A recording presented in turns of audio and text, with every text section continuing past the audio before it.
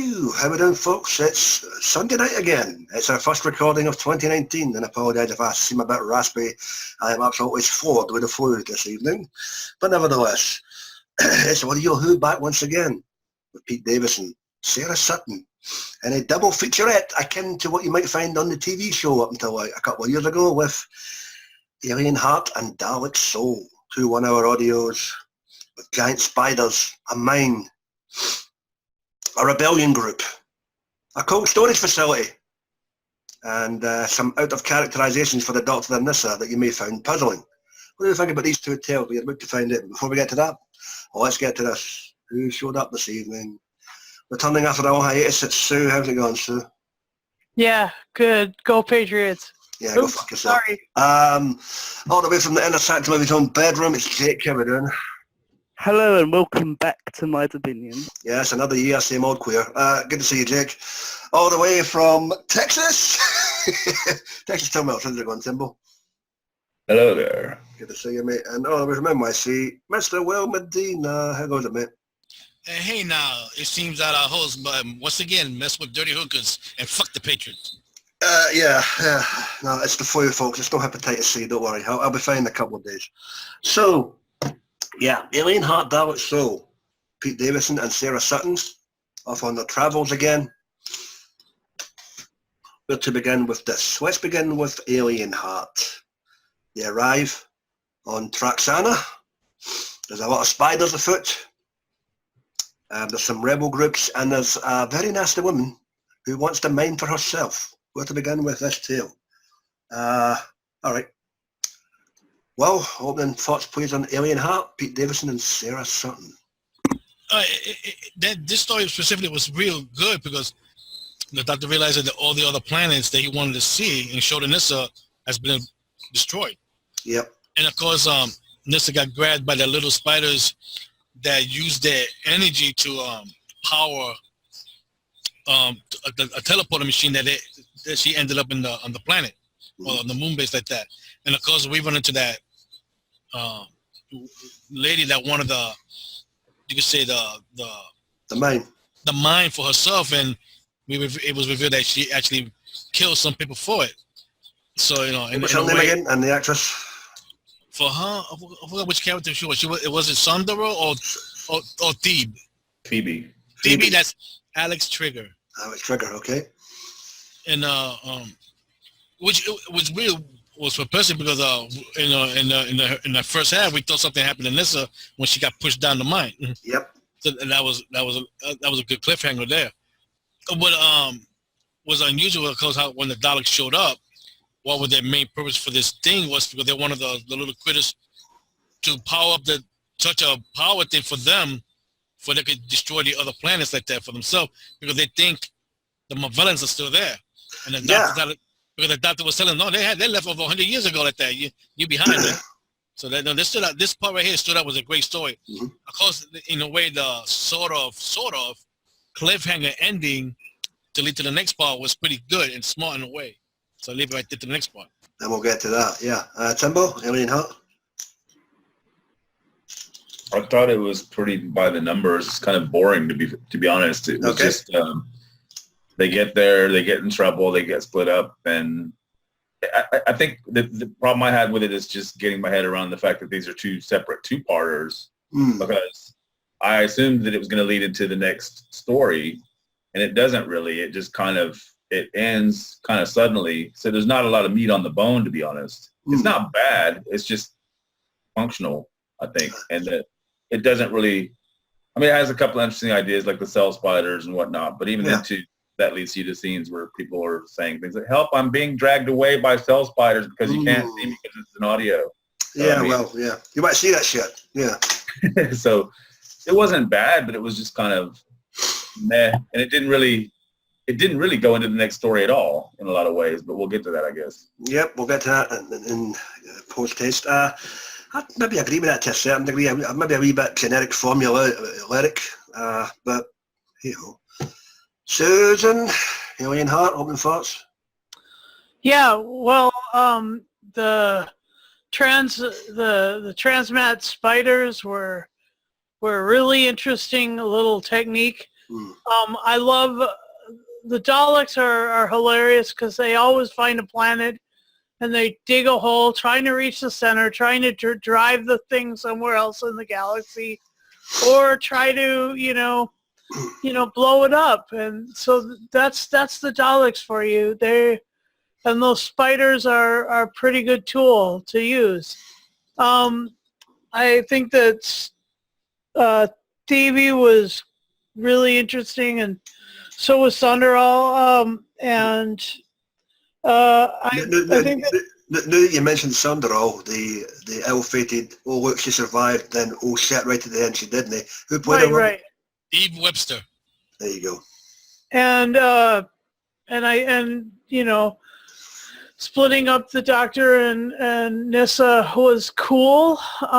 Nyssa had to do a lot of biochemistry, and that was fun. And she does more in the next story. But are we doing both of them together? Don't worry about it. I'll get to that. Just follow the format, dearie. Follow the bouncing ball. Yes. Okay. Yeah. Okay. Jake. That's for me. That's my bit. Yeah. Opening thought, Jake. What do you reckon? Right from the get-go, I'm going to pick up on something that Tim said. If these two stories were written by the same writer, I would have found it easier to follow.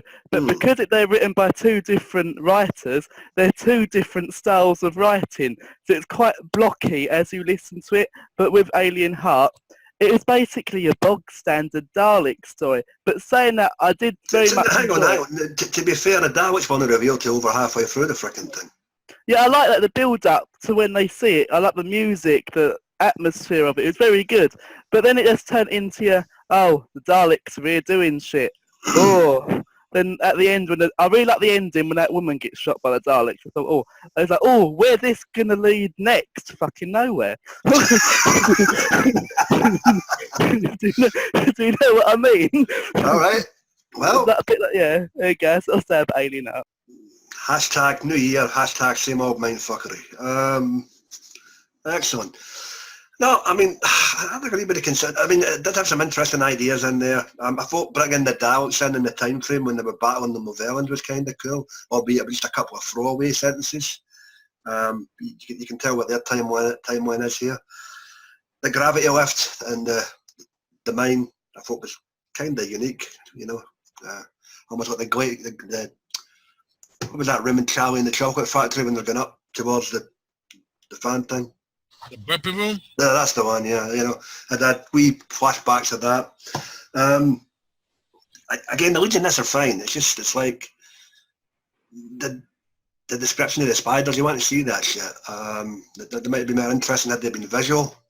But there is a visual on the CD cover. No, all right, thank you. Don't let's not get bogged down in semantics, well, all right? No, what I mean by that is, when you listen to this thing, you're just thinking of you remember the wee metal films that used to follow the Technodrome about in the Ninja Turtles cartoon?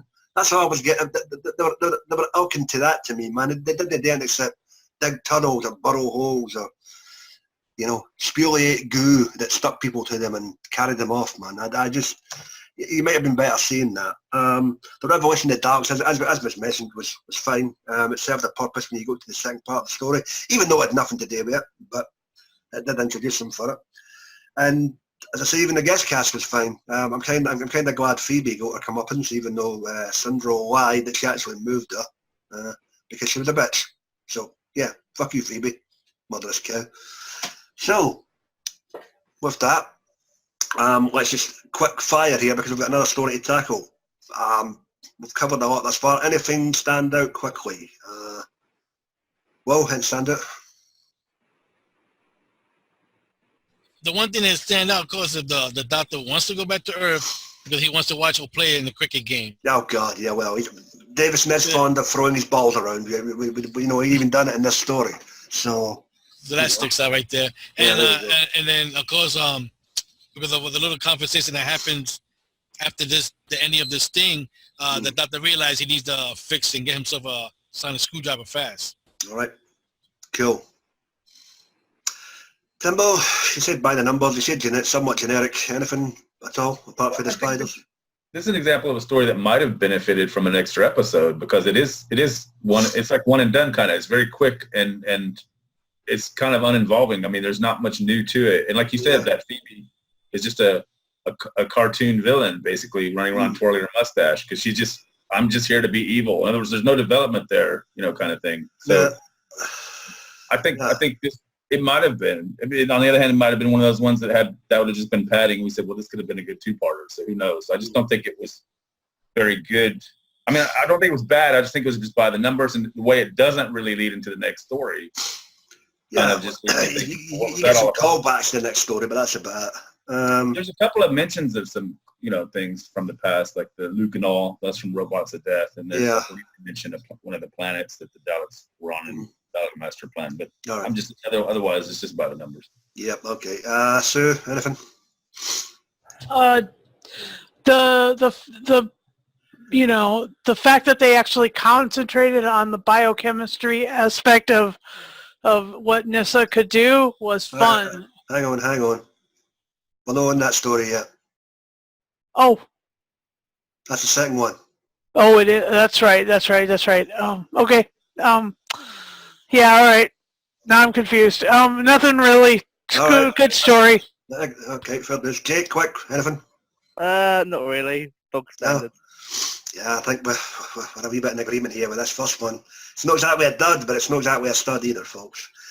And with that, we move on to, this will be interesting, because I think this is going to be the type of story you either love or you fucking hate. So, Dalek Soul.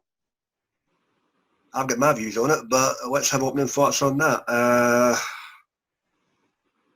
Some would say Dr. White, some would say a unique, different twist and an idea for both actors to have a go at. Well, opening thoughts. What the fuck was this episode about? I didn't get it. After you listening to the beginning of the thing before the opening credits like that, you realize that you think that they were captured by the last story, and they got mind manipulated into the situation that's going on. But as we follow on, we find out that ain't what happened. But the one question that does not get answered at all is the person who we hear the voice of Toru. We don't know played by the same guy that played. He was played by Jeffrey Newland. Yeah, he played the engineer guy who gets stuck to the wall in the first story. Yeah. As well. We don't know. We don't know how the hell he got all his hands on any of this video and audio and all that. Yes, true. To help, that had Nyssa change her mind. Let's call him Nyssa D. Yeah. Yeah. And because you could tell by the way the doctor was speaking like that it wasn't the doctor. Either he was mind controlled or something else. And it turned out to be something else. So that's why I say this was an oddball story, because in a way it had nothing to do with the first two stories. Yeah. Especially when we find out that it takes place 5 years after the last story. Yeah, I'm like, wait a minute, 5 years passed, and then Nyssa doesn't realize that she aged a little bit like that. And then of course, in the end, we find out what happened. But it's a weird one. I mean, it's a good situation, especially what happens with the Daleks. They got the comeuppance that their own idea, their own virus, their own creation bit them in the rear end. So that was a good thing to hear. But it's a weird story. It's totally weird. It's like Jake said, earlier. This one was written by another person, so that's why it was a little bit different like that. So I wish it could stay with the same writer like that. That's okay, you had the ill-fated Nyssa's assistant in this one too, who was the red shirt.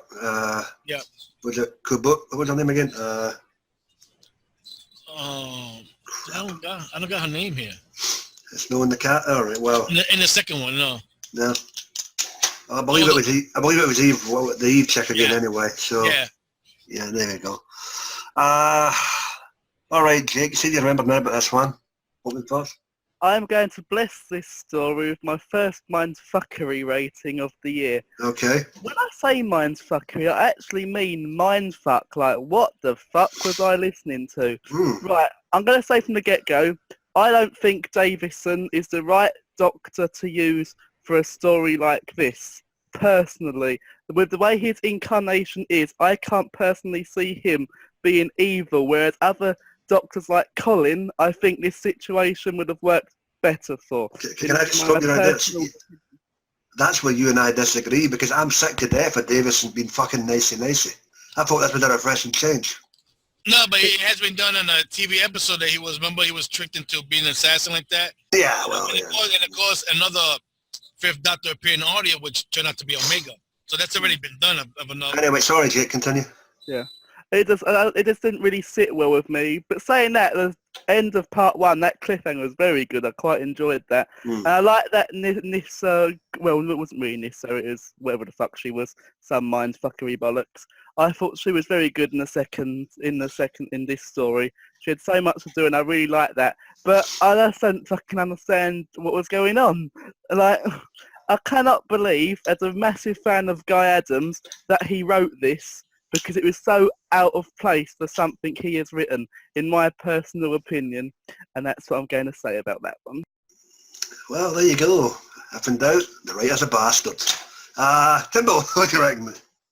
Well, I agree with Jake about the mind fuckery. I mean, that's cool what they do here. But on the other hand, this story completely depends on you having listened to the prior one first. You couldn't just come in and listen to this one on its own, because it gives you false expectations about what you're going to get in this story. And the truth is, it's not even a Dr. Light story. There's no Doctor in this. There's no Nyssa in this. They're both copies. And that's kind of a hoodwink that they give you till the very end of the story. You find out that that's the case, and so you're just kind of oh, I see. Which is not bad. Again, this is actually a little bit more fun, because the whole time you're wondering, why is he acting like such a prick? Yeah. But I mean, but on the other hand, I disagree with Jake as well. I think this is a great opportunity for Peter Davison to choose some scenery, and he the extras, he says he enjoyed it very much, getting to play, because he, like Jake pointed out, he often plays that guy, the good doctor, and the one that you never question his loyalty, whereas the other ones are a bit dubious sometimes. Yeah. So I mean, this gives him an opportunity to play the baddie, and it's a lot more fun, I think, than the first one. I mean, you get to the end of it and you realize, okay, that they weren't even them. This isn't even Doctor Who, really. I mean, it's just it's playing with the pieces of a puzzle, and it's I think it's more entertaining the first two parts, I guess. Yep, I concur with that. The second story definitely was the best in this set. Sue, anything for you? All right, here I go about Nyssa. Nyssa doing biochemistry, Nyssa doing science, Nyssa asking questions, but Counting Nyssa people. being... All right, not real Nyssa. Yeah. True, not real Nyssa. Nyssa, clone Nyssa, Nyssa, evil Nyssa, Nyssa from a mirror universe, Nyssa, whatever. Nyssa was sort of a bitch in this, but she was doing science, so that was fun. And the other thing was, when hearing 5e doing so much, anyway, bowing down to the Daleks, I was like, what the hell? Did you just call him 5e? Yeah, he's 5e. He's 5e to me. 5e, when 5e was like, bowing down to the Daleks, I was like, and the Melvellans were mentioned, I was like, what has happened here? That was crazy. And so the ending was, just desserts. Okay. Nyssa turned the tables on the Daleks. Even the evil Nyssa did. So that's it. Right. Well, as I alluded to, guys, I enjoyed this much better than the first story. Davison, as has been said by Tim, chewed the scenery. I loved the fact that he was an evil prick in this, because hell, here he wasn't the wet vet. He was the vet that would put down your dog. What a bastard, man. But yeah, I really, really enjoyed this. Sarah Sutton, I'll give you dues. While she played the other side of this in this, she also had that wee spark of still that innocence in there as well, via the clone that was enabled the rebel leader to somewhat get fruity and at least look at the video files. But in another sense, Will was right. There's a shitload of plot holes in this thing, man.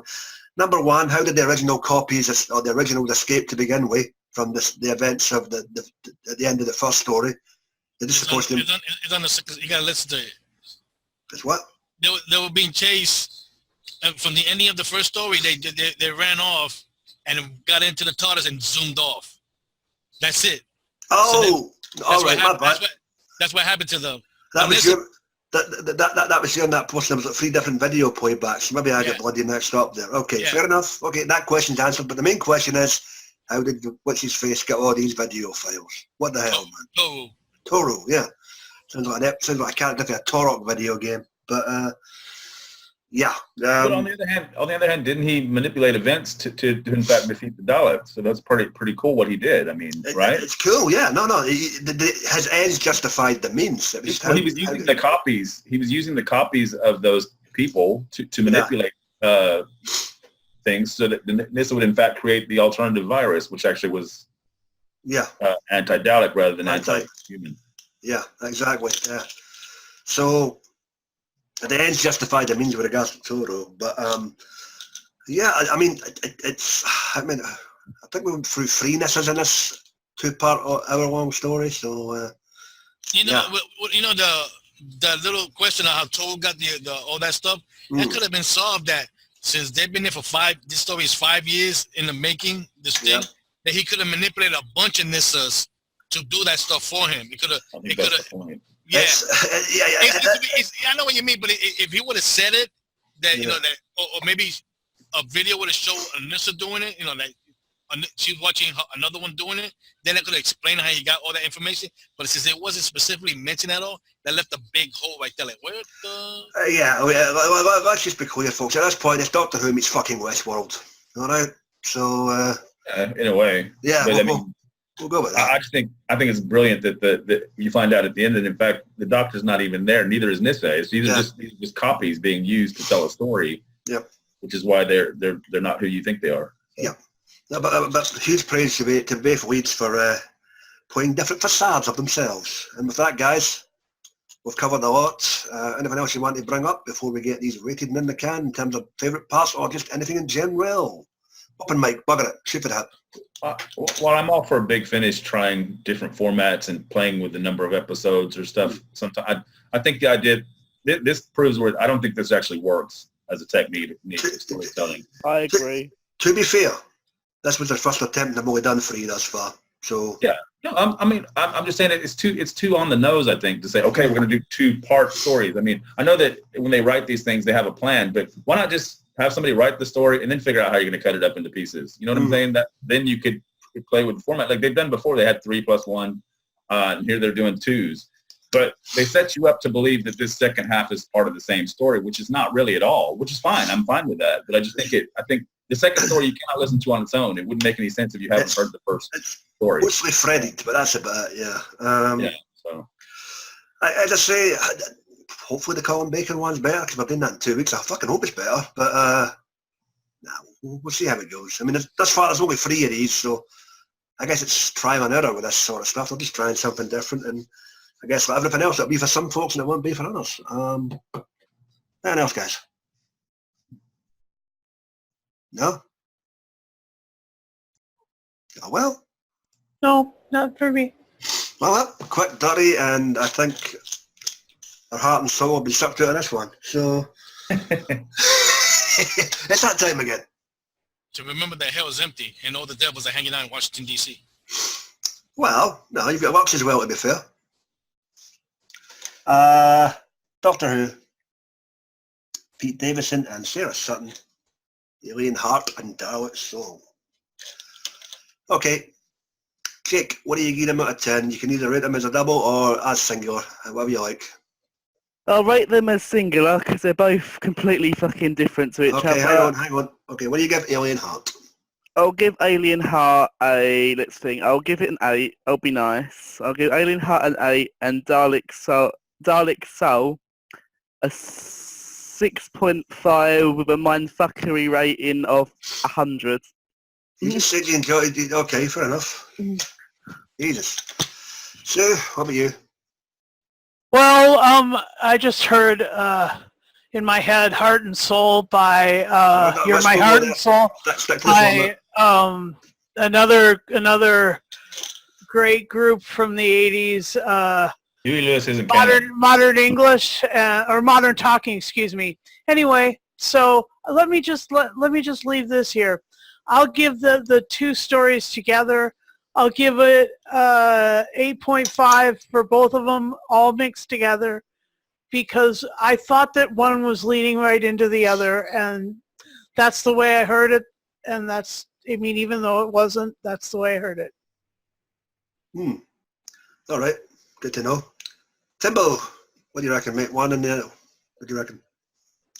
I'll rate the whole thing is one thing. I'll give it 7.5. They're not bad at all. I like the second half better, but yeah, 7.5 is good. All right, cool. Well, your choice. How do you rate them? Well, you know what? I'm gonna give each one of them an 8 because even though they was in a way it looked like they were connected and now they're on their separate stories. But I'm gonna give them an 8 because in a way, even though there was no actual doubt in the second part, it showed that a Dalek idea is not a great idea, and they bit them in the rear end. So you gotta give props for that. So I give them both an 8. All right, and I'll just combine the two. What the hell? I did prefer Dalek Soul, Met Alien Heart, and the two of them combined, I'll give them an 8 out of 10. So, what the hell? It's a couple of hours. They're no god awful as time alluded to, but they could have been better. And hopefully it will be better because we are done, rated and in the can for the evening. And in 2 weeks' time, it's Colin Baker's turn. So, hopefully these two writers are at least collaborating with one another, giving each other some bullet points when we tackle, well, this is called Vortex Ice and Cortex Fire. Yes, no, it's not an audio of Game of Thrones. It's Colin Baker at his bold and brash best. So we'll give that a try and see if they've had any more success with their second venture into this 2 1-hour stories in the one CD. Please check out our buddies in the wonderful work they world of the YouTube folks. You've got the guys and dolls that gets assembled with the TV, movie and audio head reviews. You've got Dr. Freedom and his news broadcasts and his Amiga files. You've got Sammy Carter, Johnny Blues. You've got our buddy Mike Shannon, who's surfacing here and there again on Facebook. Good to see you. You're back on, well, semi-back online, Mike. And with that, we're getting the hell on out of here. I'm going for some cough syrup and a big bit of whiskey. And these folks are going to go about their week as if that never happened. And don't forget your penicillin. So that's, yeah. Be excellent to yourself, folks, and each other, and we'll see you next time the man comes around. Fuck you, Johnny Cash. What about it?